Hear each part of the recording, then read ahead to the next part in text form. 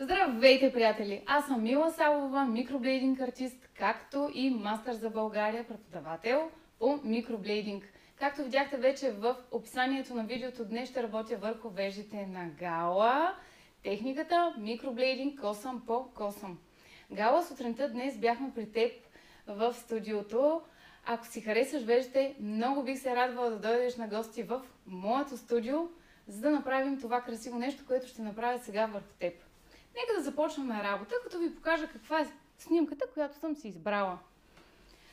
Хубавото при Гала е, че тя е с малко по-светли вежди. Много често моите клиенти ми питат, имате ли светли пигменти за светли хора? Имаме, да, всякакви пигменти, но за това ще говорим малко по-късно. Избрала съм източно тази снимка на Гала, защото нито е в пълен анфас, нито е в пълен профил. Много хубаво се вижда, когато е в полупрофил цялата вежда. Вижда се главичката, тялото и опашката на веждата, как красиво може да отвори окото и оптически да изглежда по-младежко лицето. Нека да започваме с рисуването на нашата форма. Така, избрала съм си червен цвят, с който да си нарисувам формата и много красиво си избирам на къде точно да насоча връхчето на веждата, така че да изглежда хем по-отворено окото, хем да не излизам толкова много от нейната анатомична форма и пак да постигнем това отваряне на клепача. Както вече споменах в първото видео, аз се въртя около клиента, когато работя. В случая въртя таблета, за да мога по-лесно да си нарисувам своите косъмчета. Така. Малко ще си поправя формата на нейната дясна вежда. Готови сме. Сега ще работя директно. Приготвила съм си чиста снимка без косми, за да се вижда след това много красиво резултата. Приготвям си още един леер. Харесала съм си много приятен цветен нюанс за веждите на Гала. Бях си го приготвила и предварително, защото трябва да се съобразим с цвета на кожата и цвета на дъното на миглите, както и цвета на нейните естествени косъмчета. И започвам да си рисувам техниката косъм по косъм, което какво означава? Че косъм по косъм аз ще изградя нейната цяла вежда. Започвам с главичката на веждата и стигам до нашия транзишън. В първото видео ви бях споменала, че транзишъна това са няколко косъма, които правят връзката между главата и тялото на веждата.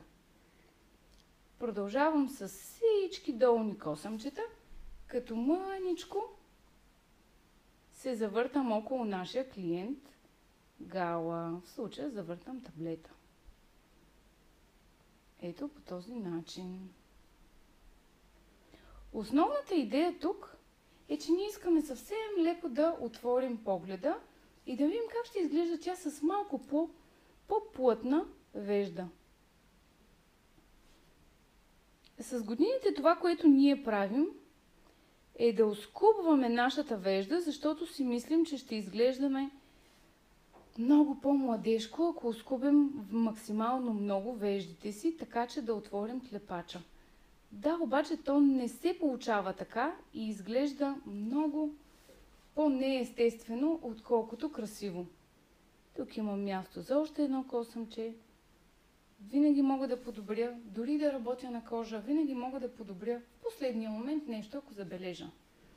Дясната вежда на клиента я работим отгоре. Тези от вас, които са ходили на микроблейдинг, вероятно са забелязали как артиста стои от горната страна. Рисувам си красиви косъмчета. Стигаме пак до нашия транзишън, който слива главата с тялото. И продължавам с долните косми. Има много клиенти, които са с много стар микроблейдинг, който е правен под формата на татуировка с много стари пигменти.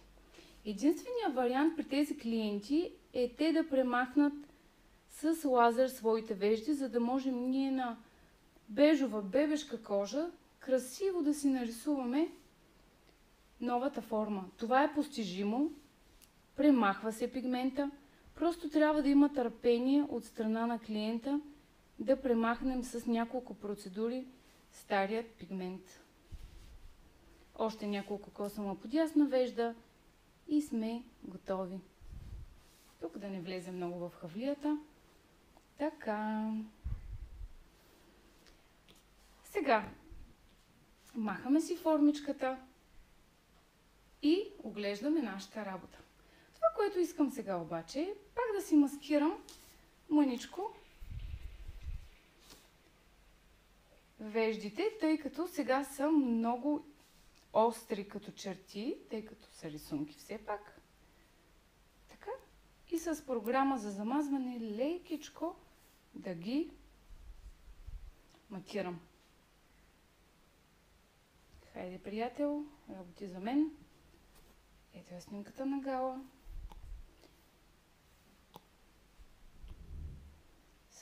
Съвсем лекичко искам да видя просто как изглежда много по-естествено, когато леко тушираме. Така, дори май не е нужно толкова много. Чудесно. Сега ще наложа двете снимки.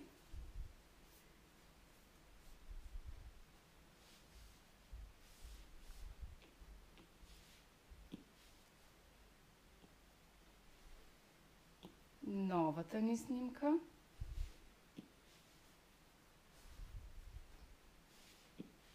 Така.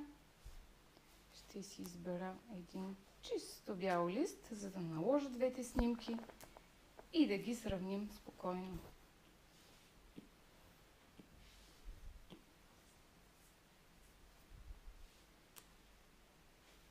И Нината стара съответно.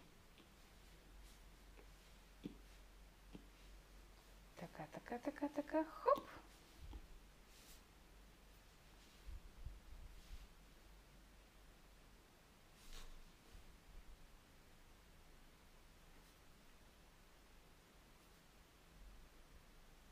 Да са горе-долу на едно и също, на една и съща големина. Така. Прекрасно. Ето това е разликата. Какво наблюдаваме всъщност в формата на двете вежди? В едната форма какво съм направила? Леко съм насочила към горната част на ушето цялата вежда. Нищо, че е по-плътна и по-дебела. Вероятно тя в ранните си детски години е била с по-плътна, по-дебела вежда. А това, което тя е направила с годините, е да оскубе ето тази частичка, която е махана с годините с пинцета. И това създава едно усещане, че самата веждичка много затваря клепача и това прави лицето малко по-тъжно в края на веждите. Това е една от основните идеи на микроблейдинга. Просто да изглеждаме като след лифтинг, леко да е опънато лицето нагоре, да излъжем огледалото. Другата идея на микроблейдинга – да ходим спокойно на басейн, да се къпнем спокойно на сауна, да не се притесняваме, че ще ни изчезнат веждите, да не губим време сутрин и просто да се събуждаме и да ставаме спокойни.